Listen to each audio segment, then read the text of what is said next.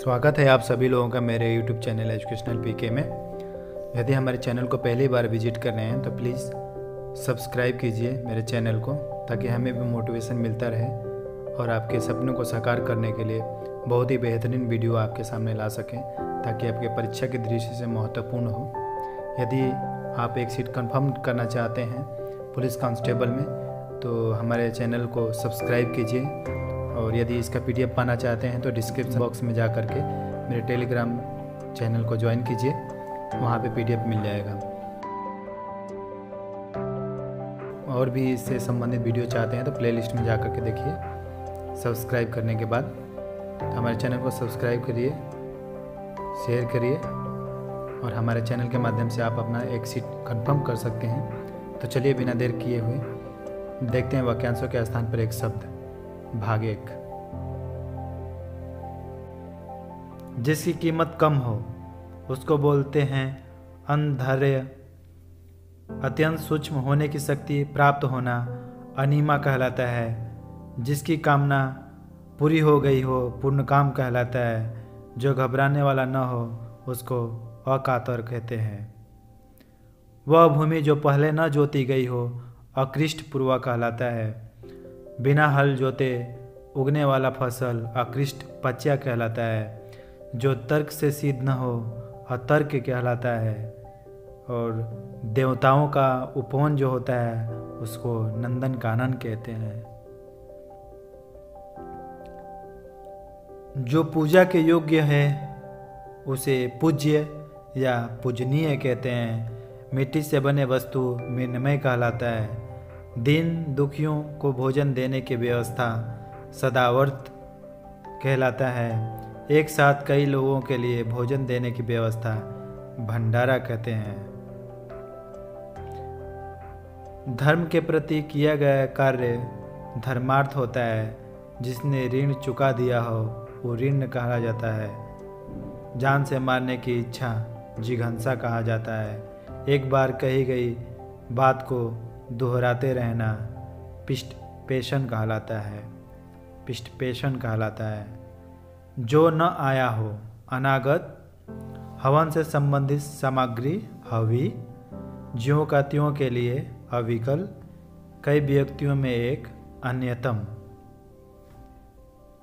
जो वृद्ध होने के कारण जर्जर हो गया है जरा जीर्ण बोलते हैं।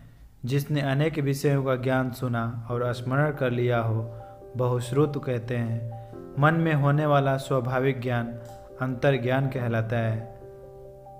किसी के गुण को भी अवगुण समझना असूया कहलाता है। आगे देखते हैं। बालक से वृद्ध तक सभी आबाल वृद्ध कहलाता है। जो वश में न हुआ हो अनायत कहते हैं। जिस पर अभियोग लगाया गया हो अभियुक्त कहते हैं। जो किसी पर अभियोग लगाए उसको अभियोगी कहते हैं। जिसके लिए कोई बाधा या रोक टोक ना हो उसको आबाद कहते हैं। किसी संस्था या व्यक्ति के 60 वर्ष पूरे होने के उपलक्ष्य में होने वाला उत्सव उसको हीरक जयंती बोला जाता है। चलिए आगे देखते हैं।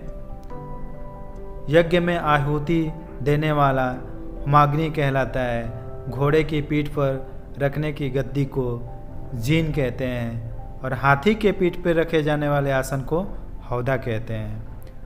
उत्तर द्वारा खंडन करके कहा हुआ उसको प्रत्युक्त कहते हैं। जो मद्यपान करने के आदि हो मद्यप कहते हैं। घोड़ा आदि के पीठ पर कसने के जीन को काठी कहते हैं। पश्चिम दिशा जिसमें सूर्य अस्त होता है अथमना कहते हैं। वह वस्तु जिस पर अधिकार जताया जाए अध्यर्थ कहलाता है। दक्षिण और पूर्व के बीच की दिशा आग्नेय कहला जाता है। पूरब और उत्तर के बीच की दिशा को ईशान बोला जाता है। उत्तर और पश्चिम के बीच की दिशा वायव्य कहलाता है। दक्षिण और पश्चिम के बीच की दिशा नैऋत्य कहलाता है। चलिए देखते हैं आगे। शर्तों के साथ कम करने का समझौता संविदा। न बहुत ठंडा और न कम समशीतोष्ण। जो सोया हुआ हो सुषुप्त। रथ हाँकने वाला सारथी कहलाता है। किसी विषय का विशेष ज्ञान रखने वाला विशेषज्ञ कहलाता है। गृह निर्माण संबंधी विज्ञान वास्तु विज्ञान कहलाता है। आगे देखते हैं। जिसका वाणी पर पूर्ण अधिकार हो वाचस्पति कहलाता है। सामाजिक मान मर्यादा के विपरीत कार्य करने वाला वामाचारी, जिसका वर्णन न हो सके वर्णनातीत कहलाता है। विनाश करने वाला विध्वंसक कहलाता है। सूर्योदय की लालिमा को उषा बोलते हैं। वह स्थिति जो अंतिम निश्चित निर्णायक हो एकांतिक कहा जाता है।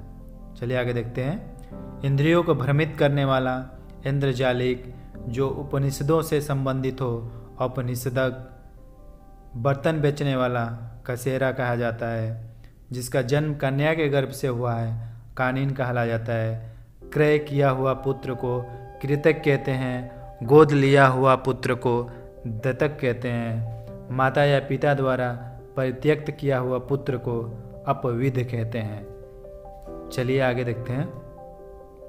जो वैध संतान हो या अपनी विवाहिता से उत्पन्न पुत्र को औरस कहते हैं। गैर पुरुष से उत्पन्न संतान को जारज कहते हैं। दूसरी माँ के गोद से जन्म लेने वाला अन्योदर कहलाता है। नियोग प्रथा या समरक्त संबंधी से उत्पन्न पुत्र को क्षेत्रज कहते हैं। कुआं के पास वह जलकुंड जिसमें पशु पानी पीता है उबारा कहलाता है। छोटी बड़ी वस्तुओं को उठा ले जाने वाला उठाईगिर कहते हैं। जिस भूमि से कुछ भी पैदा न हो उसको उसर कहते हैं। चलिए आइए आगे देखते हैं। विचारों का एक ऐसा प्रवाह जिससे कोई निष्कर्ष न निकले ऊहापोह कहलाता है। कई जगह से मिलकर इकट्ठा किया हुआ एकीकृत कहलाता है। सांसारिक वस्तुओं को प्राप्त करने की इच्छा ऐशना कहते हैं। हड्डियों का ढांचा कंकाल कहला जाता है। दो व्यक्तियों के बीच होने वाला बातचीत कथोपकथन कहलाता है। जिसे अपने मत या विश्वास का अधिक आग्रह हो उसको कटर कहते हैं। जिसकी कल्पना न की जा सके उसको कल्पना अतीत कहते हैं। ऐसा अन्न जो खाने योग्य न हो उसको कदन कहते हैं। तो चलिए इसी सीरीज में आगे बढ़ते हैं और देखते हैं। हाथी का बच्चा कलव कहलाता है। कर्म में तत्पर रहने वाला कर्मठ कहलाता है। कान में कही गई बात कानाबाती कहलाता है या कानाफूसी दोनों कहा जाता है। जो दुख या भय से पीड़ित हो कातर कहते हैं। सूर्योदय से 2 घड़ी पहले तक का समय ब्रह्म मुहूर्त कहा जाता है। सुबह के 4 बजे के समय को ब्रह्म मुहूर्त कहते हैं। अब पौ फटने के समय को उषा काल कहा जाता है। तो चलिए इसी सीरीज में आगे देखते हैं। सूर्योदय या अरुणोदय से पहले के समय को उषा काल कहते हैं। रात्रि एवं सुबह के बीच के समय को उषा काल कहते हैं। सुबह पंछियों के कलरव के समय को भोर कहा जाता है। सूर्य के लालिमा दिखने के समय को अरुणोदय काल कहा जाता है। सूर्य के निकलने के समय को सूर्योदय काल कहा जाता है। सूर्य से 9 बजे सुबह तक का समय प्रातः काल कहते हैं। चलिए देखते हैं। दोपहर के पहले के समय को पूर्वाह्न, दिन के पहले दोपहर को पूर्वाह्न, दोपहर का समय मध्याह्न कहा जाता है। दोपहर के बाद के समय को अपराह्न कहते हैं। सूर्यास्त का समय संध्या काल होता है। सूर्योदय के ठीक पहले और सूर्यास्त के ठीक बाद का समय अति संध्या कहा जाता है। संध्या और रात्रि के बीच के समय को अति संध्या कहते हैं। चलिए आइए देखते हैं आगे। संध्या और रात्रि के बीच के समय को गोधूली भी कहते हैं। संध्या काल जब गाय चरकर वापस लौटती हैं उसको भी गोधूली बोलते हैं। दिन और रात के मिलने का समय प्रदोष काल। रात्रि का प्रथम पहर प्रदोष। रात्रि के पूर्व का भाग का समय उसको भी प्रदोष कहा जाता है। रात्रि का दूसरा पहर द्वियामा कहा जाता है। तो चलिए आगे देखते हैं। मध्य रात्रि या अर्धरात्रि का समय निश्चित कहलाता है। रात्रि का तीसरा पहर त्रियामा कहा जाता है।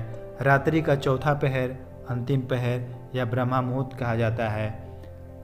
अंधेरी रात तमिश्रा कहला जाता है। रातों तारों भरी रात विभावरी बोला जाता है और चांदनी रात को सरवरी बोला जाता है। सूर्य का मकर रेखा के उत्तर में जाना उत्तरायण कहा जाता है। तो चलिए आगे देखते हैं। और सूर्य के कर्क से दक्षिण जाना दक्षिणायन कहलाता है। कम बोलने वाला अल्पभाषी बहुत सी भाषाओं को जानने वाला बहुभाषाविद और झूठ बोलने वाला मिथ्यावादी होता है। मीठा बोलने वाला मिष्टभाषी होता है या मृदुभाषी होता है। बाल्यावस्था और युवावस्था के बीच की अवस्था किशोरावस्था कहलाता है। तो चलिए आगे देखते हैं।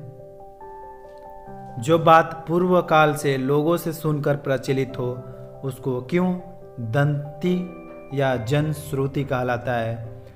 अपने काम के बारे में कुछ निश्चय न करने वाला किंग कर्तव्य विमूढ़ कहलाता है। वृक्षलता आदि से ढका स्थान कुंज कहलाता है और किए गए उपकार को मानने वाला कृतज्ञ कहलाता है और जो किए गए उपकार को न मानने वाला है उसको कृतज्ञ बोलते हैं। तो दोस्तों ये क्लास यहीं पे समाप्त होता है। मिलते हैं अगले वीडियो पे, तब तक के लिए नमस्कार, जय हिंद।